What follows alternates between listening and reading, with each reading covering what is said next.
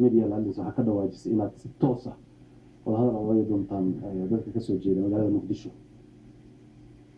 arrintaasi adoo cadeynaya maxaa la jeedaa waxaan jecel weeye arrinta Soomaaliya in kan ku again ku dheeynay Somaliland iyo Soomaaliya waxa weeye two axis ka arrinta gacanta ku haya waxa weeye Muqdisho iyo Hargeysa that's two force waxaan ku dowladda wada fiiyo hadday iyagu leeyimaadaan caqliga iyo hoggaanka leadership hadday leeyimaadaan waxaan filayaa in arrinta Soomaaliya dhammaanto oo waanu go'ay mogi kartaantii madax la isku dayay hadday halkaa ay ka amba qaadayaan oo kale stock series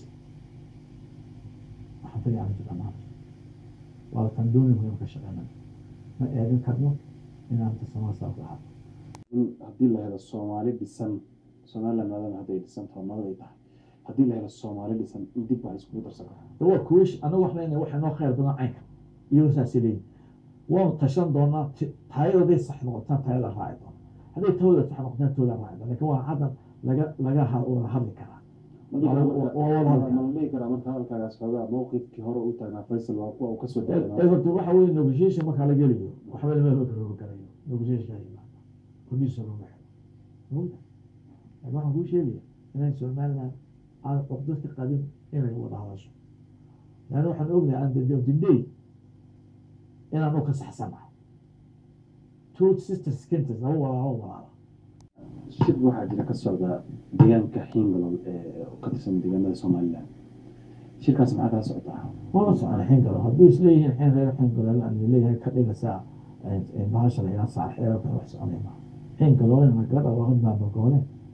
ترجعوا قال مش اسمعي حتشميه كم هو قال وصوت طلع هدول يعني الصومالي ما راح يسكت شفتوا فكان هندنا ياس وأنا عروت ولا